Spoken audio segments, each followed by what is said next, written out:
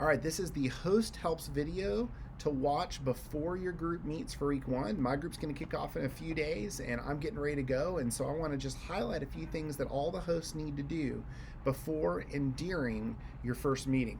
So you can see a lot of these written down in your host book. If you need one of these or anything for the fall series, go to gracearlington.com/food for the soul and click the order materials button.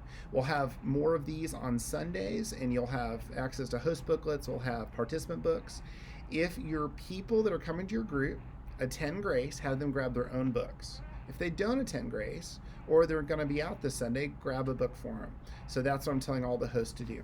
If you open up this book to page 68, I got a host help section. I want to highlight a few things from here that are great reminders before your first group. For example, number one on there, pray for God to show up and bring the people. So if you haven't just spent some time praying, let's just start with prayer, asking God to deepen our hunger for the Word of God during this series. Also, you want to watch the host helps video. You're doing that right here.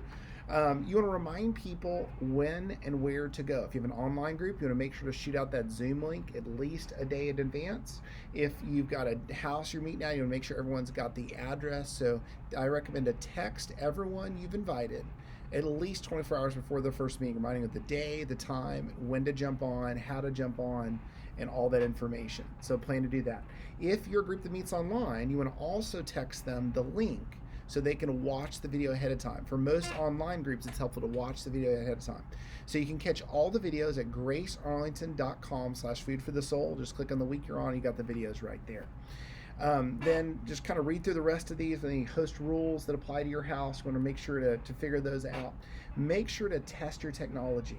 So this week, you want to make sure you have tested watching the videos in the environment you're planning to do it. So if you've got a Roku, I have a great little video on the gracearlington.com/food for the soul /host page. It's where I have all these tips, as well as videos like this are on that host page. If you go there, I've got a little video on how to watch it on a Roku. It's an easy thing to do to install the channel I've created. You can also go to the website, gracearlington.com/food for the soul /host. And on that page, you've got links where you can download all the videos. So for all the groups that are meeting at church or groups that have computers, you can download those ahead of time to your desktop. It's all ready to go for you. So those are a couple things that are helpful, but make sure you test your technology so you know how to stream it, how to download it, how to watch it, so you're not worried about during your first meeting. Speaking of what to do during your first meeting, that's page 69, during your first meeting. So you want to start and end on time. You want to be a little flexible that first day for people to find you, but you don't want it to be a habit that people know that your group is not going to start or end on time. You want to start and end on time as much as possible. You want to use a contact list form. So I've got one, it's a PDF on the website you can use. You can also just pick a piece of paper, and it's real helpful to make sure everyone has everyone's cell number. So I recommend just grab a piece of paper. You can use the form on this host page. You can do a different thing. But write down everyone's name and their cell number, pass it around, then have everyone take a picture of it. If you want to spend the time, it's even better to have them all add it to the contacts in their phone. The reason why that's helpful is during the week, if you're praying for someone, you're connecting with someone, it's so easy to send a text if you've already got the number and don't have to go find it. So highly recommended to do that for everyone in the group. You want to try to include everyone in the discussion, so make sure no one's left out, make sure no one's trying to fix anybody. And you want to end the meeting with praying for one another. So I want to quickly show you what to do during the first meeting. So if you go to week one, you're going to go to during the first meeting, start on page 4, group guidelines. You're going to spend about a minute just reading through this with your group. There's a place for additional host rules. So start first meeting, page 4. Then you're going to go over to page 8. You have everyone open to page 8 in the host booklet, and you're going to see all the stuff for week 1.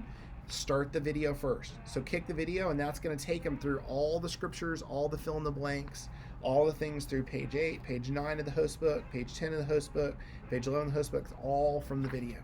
Page 11. Once you get all the way to page 13, you'll see discussion questions.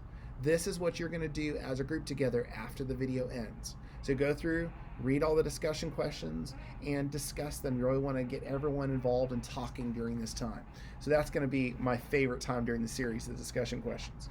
Page 14 is a place for prayer requests. After you spend plenty of time discussing the lesson, you want to have a place to write down prayer requests for the group. And I especially love writing down answers to prayer. So the following weeks, you want to definitely jump on and hit that, what did God answer this week, so we can give him praise for it and thankfulness for it, and it builds our faith. So the next thing is the Going Deeper Challenge. So you want to look at that. That is for what people can do on their own during the week. So after my group meets on Thursday, so Friday, Saturday, Sunday, this is something that people can do on their own. You can memorize scriptures. We're going to have little memorization cards for people. You're going to take the Acts 1:8 challenge. It's a great thing for people just to learn, practice observing. Down here, number 3, we've got this: take Revelation, a certain passage from there, and we want you to practice observing in that thing. So once you write down your observations right there. Well, here's where it gets fun.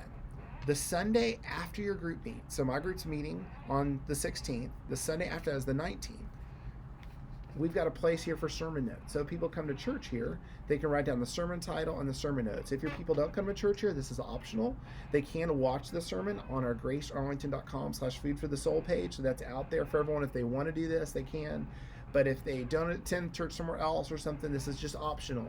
But for our people, this is really helpful. So that Revelation passage you did during number 3 of the Going Deeper Challenge, that's what Gary is preaching on Sunday during the sermon title. So they're going to get to see how many things that they observed that Gary also observed. Well, then you go to the next week and you see we start off with a sermon recap.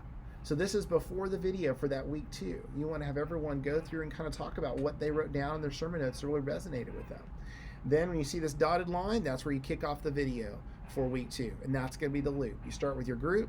You pray for one another, Going Deeper Challenge during the week, go to the Sunday sermon, Gary builds on those things, you write down some additional notes, you come back to group, you talk about the sermon, and that's that loop we want to see everyone go through.